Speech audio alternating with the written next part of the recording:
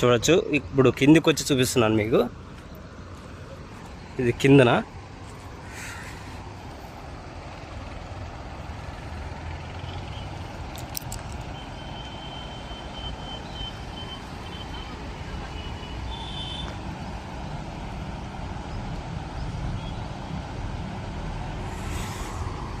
ఈ వీడియో నచ్చితే లైక్ చేయండి, ఛానల్ సబ్స్క్రైబ్ చేసుకొని ఫాలో అవ్వండి.